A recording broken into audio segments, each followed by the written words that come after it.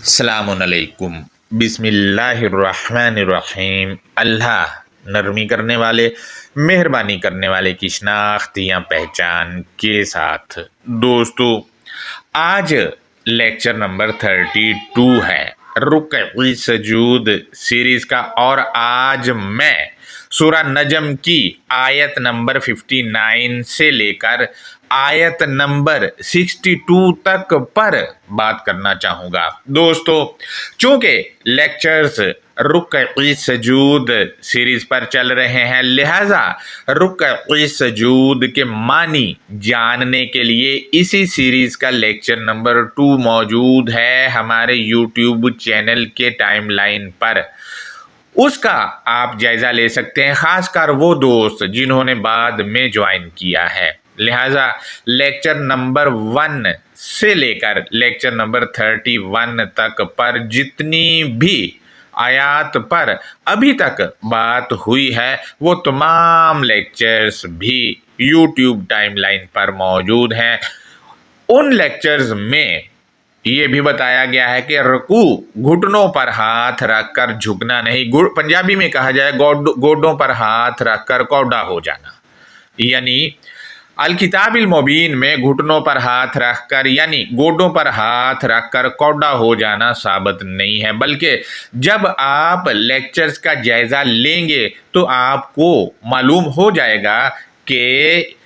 الکتاب المبین میں رکوع کیا چیز ہے۔ لہذا یہاں پر آج میں آپ سے شیئر کرتا چلوں کہ الکتاب المبین سے ثابت ہی نہیں ہے کہ سجدہ زمین پر ماتھا لگا کر ہوگا، اور نہ ہی گھٹنوں پر ہاتھ رکھ کر یعنی پنجابی میں کہا جائے گا کوڈا ہو کر جھکنا رکوع ثابت ہے۔ دونوں چیزیں ہی الکتاب المبین کے اوراق سے ثابت نہیں ہے، یعنی ماتھا زمین پر لگانا اور گھٹنوں پہ ہاتھ رکھ کر کوڈا ہو جانا، یعنی پنجابی میں کہا جائے گوڈوں پہ ہاتھ رکھ کر کوڈا ہو جانا، یہ دونوں چیزیں ہی الکتاب المبین کے اوراق سے ثابت نہیں، یعنی الکتاب المبین کے اوراق ان سے بالکل اس عمل سے طاہر ہے۔ لہٰذا آج کے لیکچر کو دیکھتے ہیں تو سورہ نجم کی جن آیات پر میں بات کرنا چاہ رہا ہوں ان میں سے آیت نمبر 62 پر جو مروجہ ترجمہ ہے اس پر میں اپنی رائے دہی آپ سے شیئر کرنا چاہوں گا۔ ترجمہ اس کا میں نے اسکرین پر لگایا ہے، غور کریں، اس میں لکھا ہے کہ پس تم اللہ کو سجدہ کرو اور تم بریکٹ میں لکھا ہے اس کی عبادت کرو۔ دوستو، آپ دیکھیں کہ سجدہ کے معنی ہی نہیں کیے ہیں، اور یہاں سے یہ بھی ثابت ہوا کہ سجدہ کی تفسیر وَاعْبُدُوا ہے یہاں پر، اور آپ دیکھیں کہ وَاعْبُدُوا کے معنی عبادت کر دی ہے، اور اگر جس سے آپ دیکھیں جس نے بھی ترجمہ کیا ہے اور جو بھی اس ترجمہ کو لے کر عبادت کرتے پھر رہے ہیں، ان سے جب پوچھا جائے کہ بھائی یہ عبادت لفظ جو ہے یہ اس کے معنی کیا ہیں، تو پھر تعویلات کرتے ہیں، اپنے نماز اور روزہ وغیرہ اور حج جو مروجہ چل رہا ہے اس کو ثابت کرنے کے لیے بڑی بڑی اونچی تعویلات کرتے ہیں، جبکہ تعویلات کرنے کے باوجود بھی وہ یہ ثابت ہی نہیں کر پاتے ہیں کہ ان کے والے جو اعمال ہیں وہ الکتاب المبین سے ثابت ہے، جبکہ ان کا جو عمل ہے وہ الکتاب المبین والا نہیں ہے، اور یہ ساری الکتاب المبین کے باہر کی چیزیں ہیں۔ جبکہ دوستو وَاعْبُدُوا کے معنی ہے اور تم ڈیوٹی سر انجام دو، اور سجدہ کے معنی بات مان کر عمل کرنا کے ہیں، اس کے معنی ماننا بھی ہیں۔ یہاں پر آپ آیت میں دیکھیں تو آیت کے مطابق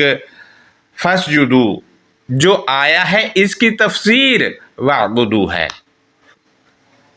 فَاسْجُدُوا کہا جاتا ہے تم مانو اللہ کے لیے، اور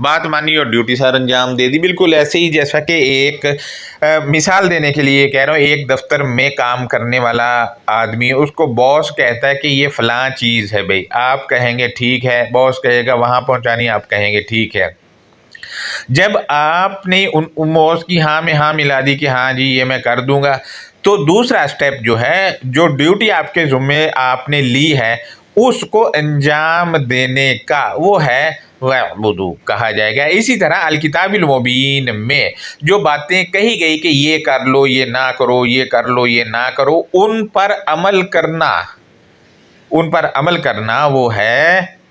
وَاعْبُدُوا، یعنی ڈیوٹی سر انجام دینا۔ اور سجدہ کے معنی جو ہے، یہ سجدہ سورہ 84 کی آیت کے مطابق جو ہے یکذبون ہے، اس کی ضد میں یسجدون ہے۔ یکذبون جھٹلانا،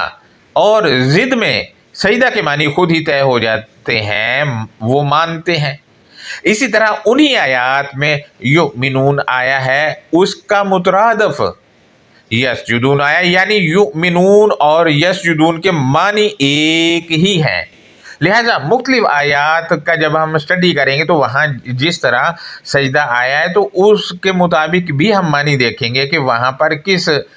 پیمانے کے طور پر اور کس چیز کے متعلق اس کو سجدہ کہا جاتا ہے۔ آنے والے لیکچر میں، پچھلے والوں میں تو ہم کر چکے ہیں بات کہ کیا ہے اور کیسا ہے، کہاں پر کیا ہے، وہ ساری بات ہو چکی ہے۔ لہٰذا یہ آج کا لیکچر تھا۔ اس پر کوئی آپ دوستوں کا سوال ہے تو آپ کومنٹ باکس میں لازمی لکھیں، یوٹیوب کے نیچے ہی ہے، کومنٹ لکھنا ہے بس۔ اور زیادہ سے زیادہ ویڈیو کو آپ دوستوں سے